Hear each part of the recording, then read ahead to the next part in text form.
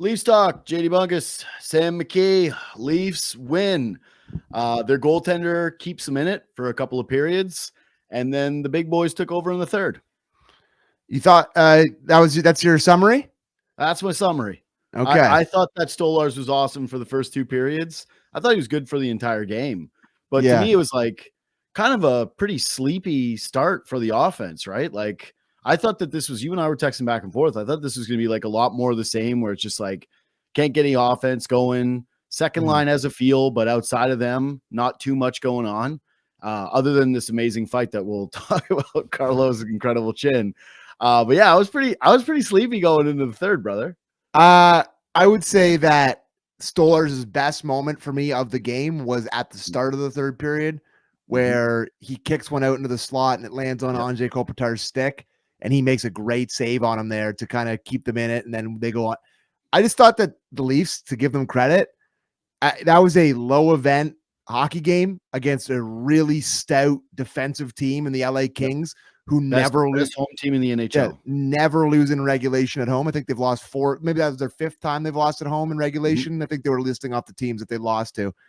And I thought they really just hung in there defensively in the first couple periods. And I think they got outshot by a bunch again, like they usually do. Yep. But a few of the nights we've come on here and talked about, I didn't think there was a ton of high danger opportunities for the Kings, really. It just felt like it was a lot of quantity versus quality. And the Leafs hung in there defensively, which I was impressed with.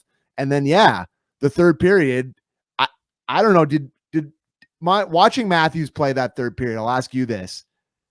The way he came out makes me feel like he maybe said something between two periods, where like he had to like lead by example, because that was the best I've seen him play in a month. I don't know, or all year maybe. Like did he say something?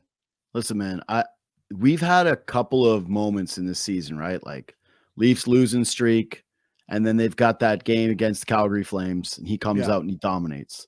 They have that performance against the San Jose Sharks. I admit we didn't do a Leafs talk. I fell asleep for the very end of it, but I watched a lot of that game, and it was a pretty miserable performance. Like my microphone would have needed a breathalyzer that night, brother. It would not have been a pretty night.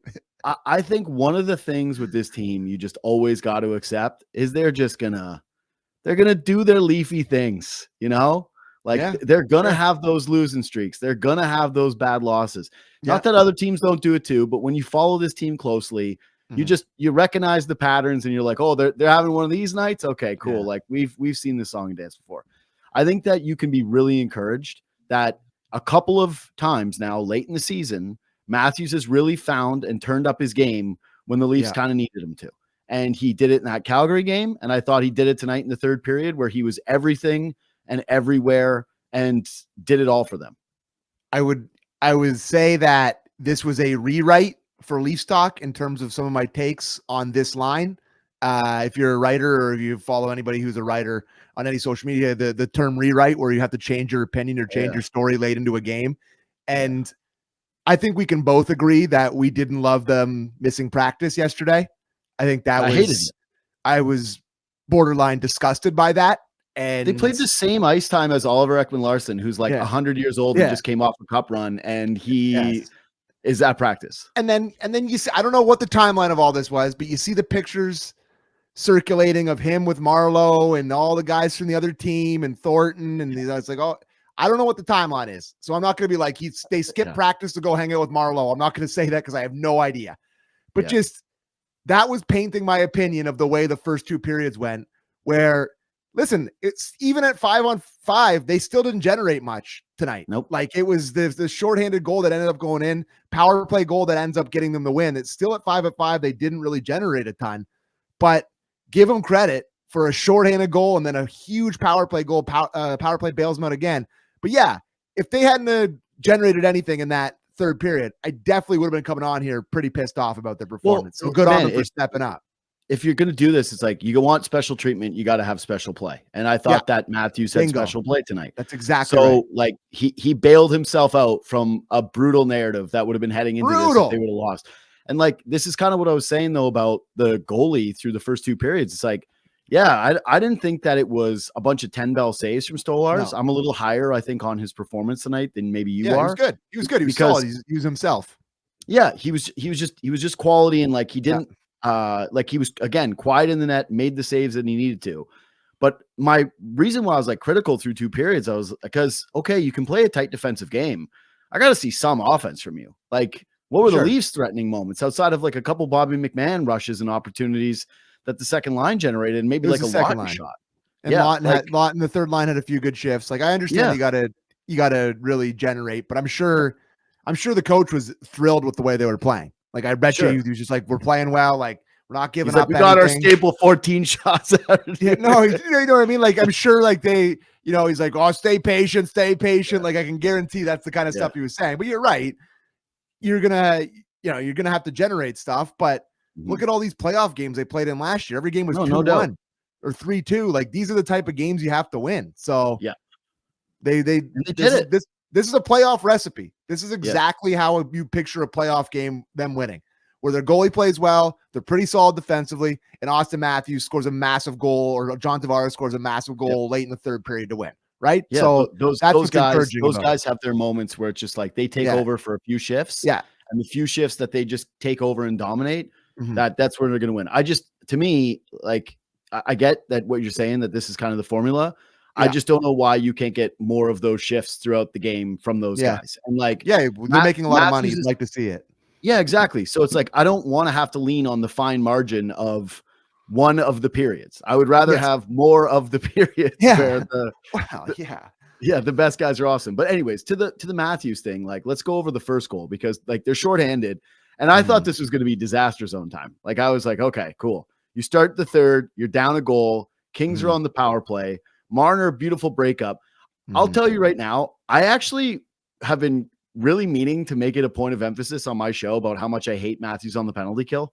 Like, I just think it's so unnecessary for a guy that's claimed like he's worn down, and that they want to find minutes for other guys in the lineup. And the penalty kill hasn't been good, right? Like even right now where it's slightly improved, it's in the middle of the pack over the last like 15 attempts.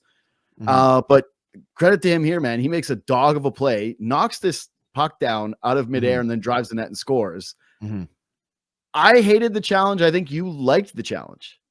So first of all, can I talk about the Matthews penalty killing thing?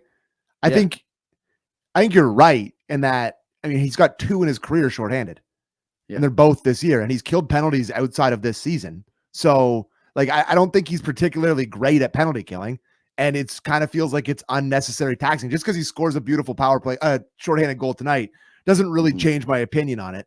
He's plays so much. They put so many miles on him for a guy that's already flown to Germany. Like it does feel unnecessary. It's a beautiful goal that he scores. I hated that attempt, that shorthanded. I literally I yelled an F-bomb when he did that. Like I was very, very, very sour. So yeah, it's a great goal. That the click between the feet and then fires it low. It's a beautiful goal. But I think there's something to your point. Like I don't love him killing penalties. I still don't. Even with this beautiful goal, I still don't love it. So there you go. How's that for a take?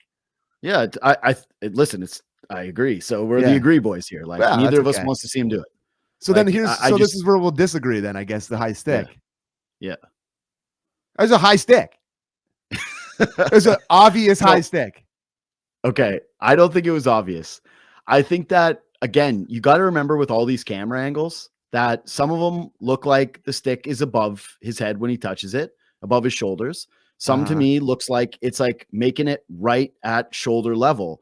I just like that one to me is like, it's like a goaltend where it's coming down like that freeze frame. I don't think he's touching it there. I think that's like still the puck is still in front of his stick, and that it actually hits it when it's a little bit lower. For me, I just thought it was a bit of an emotional challenge by the Kings, because it's like, that's the frame he touches it, says Luke. Yeah, that's the frame they say he touches it. I don't think the puck is on his stick there. Like, I don't think it's there. You can't tell definitively that puck is on his stick there. What you can just see is that a puck is in front of a stick. I don't know. Like I think he touches it a millisecond after that, where his stick is way above his shoulders. I listen. It's way. No, it's his stick is inverted, and he's looking up at it over his shoulders. That is a clear high stick. Like he's going like this, like he's looking up, like he's shooting at it's like a skeet shooter. He's looking straight up, bro. Here's what I'll say. If it was obvious, then it would have been 1-0 Kings, and sure. you're talking about a different game. I'm stunned they didn't overturn it. Stunned. Yeah. I didn't. I texted you right away. I was like, dumb challenge. Yeah. It's hard to overturn those, man. Like, we've seen so many of those that are really hard to overturn. Yeah. So P17 says the Leafs would have challenged it too. I don't think they would have, because they got the best video room. They got the best video room in hockey, and they never miss. And this was a miss. I just thought for the Kings in that situation, you're still on a power play. Like, just eat it. Just eat it. If you don't think it's going to be conclusive, stay on the power play and try and go and score one. And instead they challenged this. And I was like, I just didn't see a play where you could tell me that definitively this was going to be a high stick. And especially with the official right there waving it off and none of the Kings players reacting like it was a high stick. I just thought it was, I thought it was doomed from the start. We'll I just have to move on. Because, no. We just have to move on because I literally think you're the dumbest guy ever for not being able to see that as a high stick. I'm like, are you blind? Like, it's so high. It's obviously high. We have to just move on. And hey, take the break so you can get them. Take a break. Shot it in the net. They win the game. It's fantastic. Every Leaf fan who's like, oh, the Leafs are against, or the refs are against us. Yeah. You won one tonight. The refs weren't against you tonight. You won one. So good. All I got to say is calling the ice stands. Listen, you want to be on the side of NHL refs and their sparkling record, bud? Good for you. Yeah, so you can be on the good side of history. You and Wes McCauley, 2 minutes for fighting. Yeah. I thought what Matthews did after that goal, though, was the really impressive part of the game. Like, the goal is great, but it's a bit of like it's a fortunate play. Like, Marner makes it, he gets on net. Then the Kings are in a bit of a scramble drill. But like, from that moment forward, I just thought Matthews was burst, and you felt him for the rest of the period. Yeah, Borny texted us in our group chat about the quick twitch muscles. I thought that was such a great point where it's just the hands are fast. He's turning back. He's going forward. He's dropping the shoulder. He's lifting sticks. He's getting back on the back check. Like, it did just feel vintage tonight, that third period. And you hope that it can feel like it's vintage for full games. That would be nice. Yeah. Not just one period. Draws that penalty again on another weird broken play for the Kings, right? I think it was Danault drops his stick and decides to go and pick it up, rightfully so. But Matthews just grabs the puck, swings around the net. Kemper just chops him. Yeah, that was Billy Smith style, eh? Yeah, I was like, that was throwback Hextall stuff. Like, you just rip that stick, takes the penalty, and then Leafs go on a power play and they convert again from him driving the net, and then Tavares just in a sweet spot. 5 straight games for Tavares with a goal. Gets that empty netter too, which I love because he was just dogging that puck. But gotta say, man, Tavares getting hot at the right time, making me feel certain kind of ways. Yeah, I think there's an argument for him being outside of the goalies, like the Leafs MVP this year. Yeah, like you really him and Willie. Like, Willie obviously been unbelievable. I was gonna say I still think it would be Nylander, but yeah. But like, I mean, think about how much time Matthews missed and him playing first line center for that time. And this being the 7th year of this contract. We talked about this the last couple of shows, but like that he's on pace for almost 40 goals here. Like, it's amazing. It's an amazing season for him. And they've needed, and a lot of these goals in this streak have been big ones. Like, this is a massive goal for the Leafs. You're in the you lost a point against the San Jose Sharks. You're going into a back-to-back tomorrow against a sneaky good Ducks team that's like all horned up young guys who have just been like, just beat the Rangers. They're fired up. You're going in there in the second half of back-to-back. You needed 2 points tonight, and he secures it. Listen, it's a tap-in, but he's in the right spot. He lands on his stick, puts it home, big celebration, fights off a guy here, scores the empty netter. Like, he's having a brilliant season, man. Yeah, but that empty netter, bud, like that empty netter, he's strong there. Yes, man. Like, he looks fresh right now. It was the whole game. I thought Tavares was skating well, looking strong, getting to his spots, creating cycles, like using the body. He's just, he's really looked good, dude. Like, very, very healthy and good. None of this is like, yes, he scores. You're right. The tap in tonight, but this hasn't been a season where you're looking at the goals, right, and saying, oh, it's been a season where it's all just been like Nylander setting him up and him getting tap-ins. Like, he's not getting the Hyman treatment, right, with McDavid, where you look down and you're like, oh yeah, it's because of this. He's just been awesome. Like, you're right. I think that outside of, I would still go, if it was the non-goalies, I'd go with the the top pairing MVP, just like McCabe, Tanev, just what they've been, especially in the tight games. Then I'd have Nylander in there, maybe even above those guys, but I have Tavares ahead of Matthews and Marner. No question. Marner was really good for a lot of the year, but he hasn't been very good since the deadline. Like, I think he's probably had some production or whatever. He's had a couple 3-assist games. He had some points tonight, but I really do think that he's kind of, maybe the deadline affected him a bit and all that stuff has affected him a bit. But I think Tavares' season has just been way more consistent. So yeah, it's been awesome. Just again, love how strong and love how fresh the guy looks. But I think that's a great point by you about, because I wasn't even really thinking about it until you just said that. They lose this game and you're 0-2 or whatever, 0-1-1 on your West Coast road trip. And then you got to fly back and go play the Panthers on a Wednesday night after potentially like losing every single game. And it all of a sudden feels like it's for your season. Oof. Yeah. And listen, like Joseph Woll's shown really good this year. He's had some good moments, but he's been really bad for the past couple games. You're going into that one with a shaky Wall where you're a tired second half. This team's the most tired team ever. Like, there's never been a more tired team. All the travel, all we're tired. Energy. They're the Tim Robinson. Just like, I'm just the most tiredest I've ever been in my whole life. It's always just tired. They're just so tired. So they had to get this tonight, man. Like, I got to say, this is a really good win.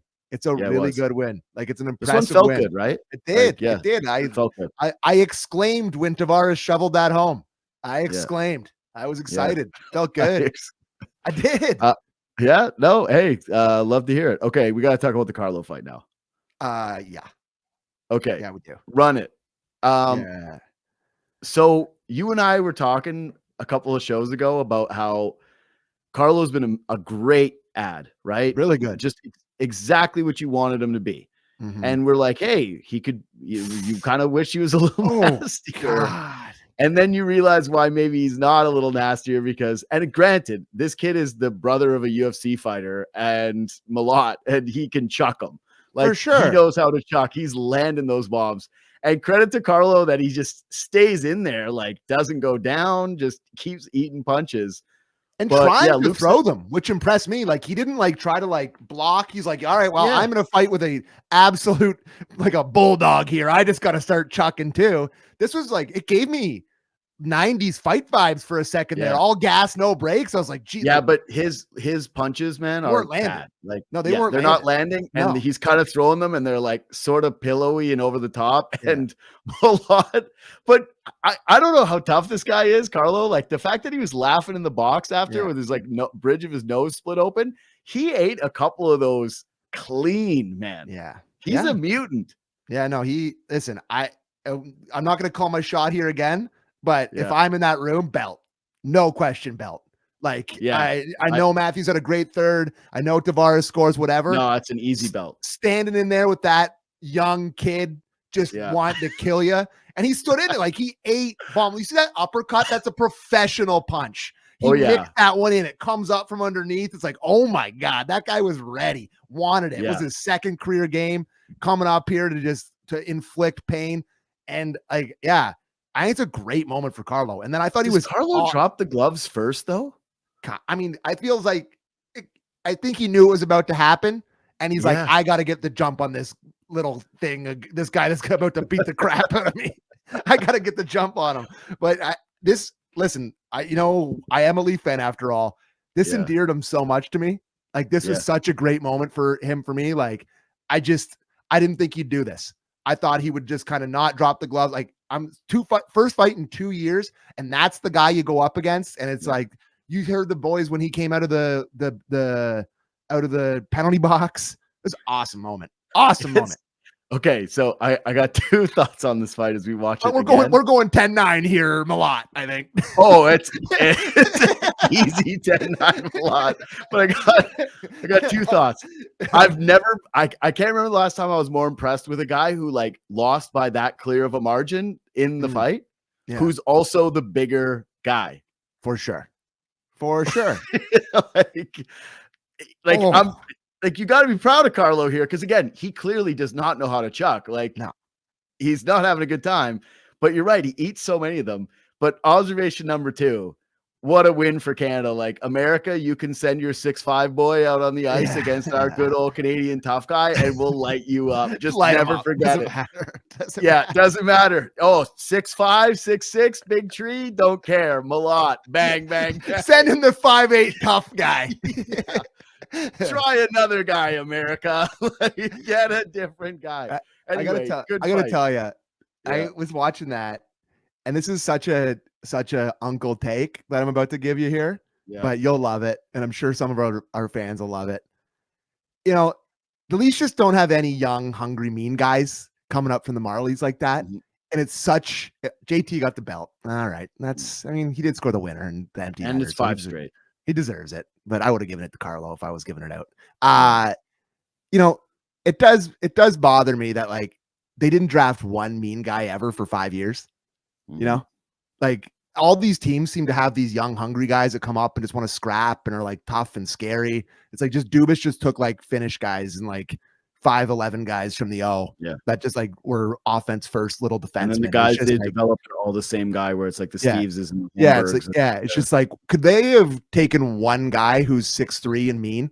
Like they took they took Topi Niemela before one pick before Will Cooley. It's like imagine Will Cooley in the Leafs bottom 6. It's they don't have any of guys like that. They would take the odd like massive guy almost like to throw you off the scent. Yes. But it'd be like some big project Russian style, like 6'7" guy, or that didn't have the thing. But you're right. It would be great if they didn't have to try to like sign the edge from like other organizations like they did with Ryan Reeves, and they just had some of those guys come up and play like dogs.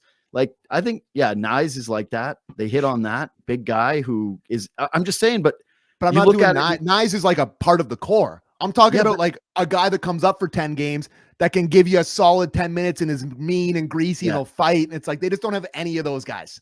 All I'm saying is that to that point, it's like the one big guy with a bit of a mean streak they took was the one hit that they ever had. Yeah, exactly. So thanks, Kyle. That's all I'm saying. Thanks a lot. Malott should have been a Leaf. Maleef. Yeah. Honestly, if I found out Leafs are getting Malott, I'd be pretty stoked after watching that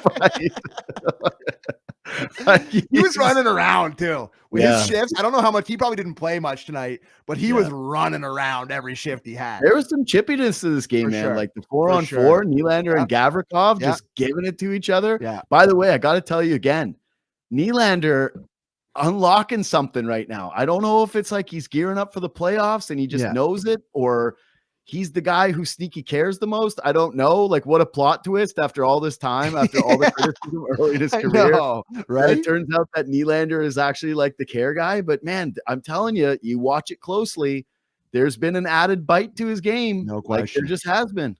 No question. I totally agree. He's been meaner and like he's thrown in a couple hits here and there. Yeah. Like, when would he ever get in a jousting match with a big Russian defenseman ever? Like the past, I don't remember that part of his game, but I guess that's just part of confidence. That's going away, but that one's just like in there being like, no, screw you, and going right at it.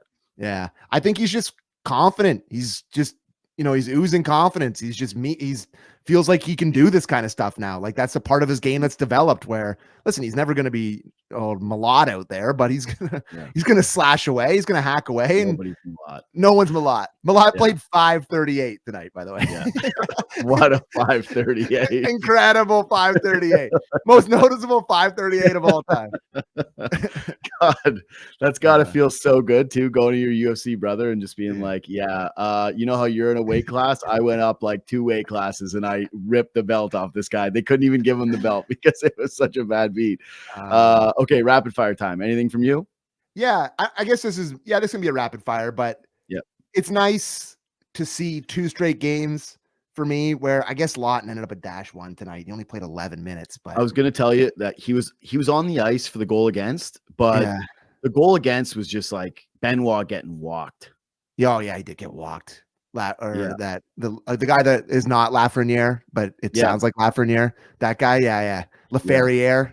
Alex Laferriere, same first name too. It really throws you off. I remember the first time I heard it, I was like, oh boy, like he got what? Like when did he get traded there? I didn't know that this happened. It's like, no, he's a different guy. Yeah. Benoit's got the turning radius of my dad's fishing boat there. Like it's not not a pretty turn by 2 here at all. No, But no, I thought, stuck. I thought that it's been 2 games where Lawton has looked like a capable NHLer. And that's encouraging considering they traded a first-round pick and their 4th best prospect for him. So I agree. It's good that he looks capable. And I thought he had a couple chances tonight.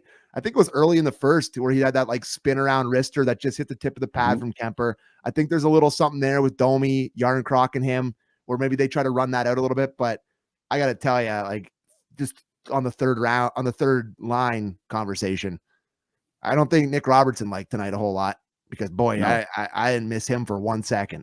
And it was a big, strong game, and he would not have belonged in that game, and they look good without him. I might be hard for him to get back in here in a while. Maybe they play him tomorrow on the back-to-back or whatever. I don't know what they'll do, but I don't think you change a winning lineup going into Anaheim. I don't think you're changing the thing, and no. I had the exact same thing. Like I just thought Lawton was noticeable. I thought that his line faded as the game went on, but that they did have moments, and that it was nice to feel like they were a professional line tonight, like it was 3 professional players that looked like they had a little bit of something going. And that's sort of where Yarncroc is useful, right? Is that if you expect stuff from him just individually, you're going to be left pretty disappointed, right? But when he can basically play on any line and it still sort of makes sense because he brings a little bit of everything. And I think that's kind of a similar thing from Lawton. I thought the 3 of them worked really well tonight. I thought Domi was good early, other than the penalty that he took, which was yet another bad one where it's offensive zone. It's like, but he's trying to dance Kopitar along the boards and then he grabs him. But it's like, I thought that was I thought it was a little cheapy call. Like the stick got stuck in the gut and he was trying to pull away. I mean, it was whatever. After whoever it was kicked out the feet of Oliver Ekman-Larsson a shift later, I was like, I think I could have maybe let that one go, but whatever. We don't talk about that. No, that's one of those ones where it's just like, I need Domi to dump the puck in. I talk to you about this all the time. And it's like, dump it in. It's Anze Kopitar, man. You're not going to go around Anze Kopitar with the boards right beside you. And he does clearly grab his stick. But I thought that outside of it, Domi was solid. The line was good. And my biggest takeaway from this group tonight was I kind of felt like these are the players, man. Like, game 1. This is the team. Yeah. Like Stolar's in net and these lines and these pairings, minus maybe there was a moment where it was like Benoit was looking around. I was like, oh, maybe they'll finally get to have the chance of checking out what it looks like with Myers. So no, you don't care?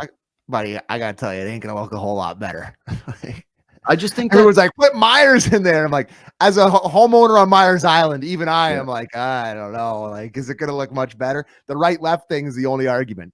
But that's like, it's the right. He's going to get benched anyway. He's going to play 7 minutes in a playoff game. So it's like, I guess you just go with the other guys. Sure.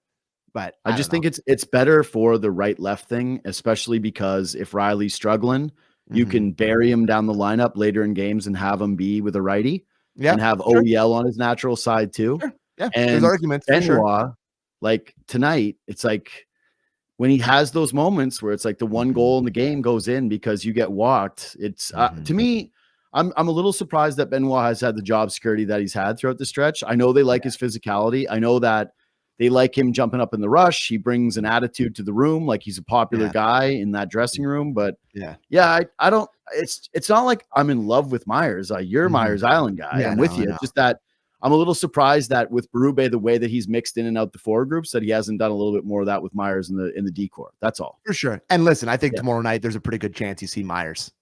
Second half of back-to-back, why not? Like that's you're going in there, try something else. But and then Benoit, I don't know how much time was left in the third period, but it was pretty close to the end of the game when they're trying to protect the lead. He maybe 4 minutes, like it was his last shift, and he falls down fell down. He couldn't seal the boards. Like listen, we've had these conversations about him, and then he's gone out and come back in hungrier. So he may need like his bi-monthly wake up call here, and he may improve him. Like he does get better when he comes out and goes back in. So maybe we see Myers tomorrow night, but I ultimately, I don't think it really matters a whole lot, but I don't think it matters a ton. I just wouldn't mind seeing it. Yeah, for sure. All right. Anything else? Oh, last thing. Like good crowd, good Leafs crowd. Yeah. A lot of Toronto fans in LA. I was surprised by that. Like, I think, you think of the natural sunny destinations, like Florida, clearly always going to be a ton. You think of Ottawa where it's half Leaf fans. You think of Buffalo where it's all Leaf fans. but I don't necessarily think of LA as one, but that seemed to be rocking. You could hear the go Leafs go chants, but I guess if you're like an LA Kings fan and you're like, I can sell this for how much? Here you go. I don't care. I'll go to the beach. You just gotta remember, like, LA still big transplant city, right? Yeah, I guess. Yeah. So just a lot of Canadians, a lot of Torontonians that are around there. But I wonder how many people also just like made that trip. Yeah. Because like the San Jose game had a lot of Leaf fans at it too. Yeah. And I'm sure tomorrow night will too. That's a great thing about being a Leaf is you go on the road to these places and you get a lot of support. Like, I'm sure that's awesome. I'm like, that's kind of a cool one though, to be able to do like all 3 California teams. Be a great trip. Like all in a row. If you were doing that one, like for a Leafs trip, especially given that you're thinking when you make that trip that you're at least getting 2 of the 3. For sure. That's definitely like, it used to be 0-3 every time, but now it's like, you actually might get 2 or 3.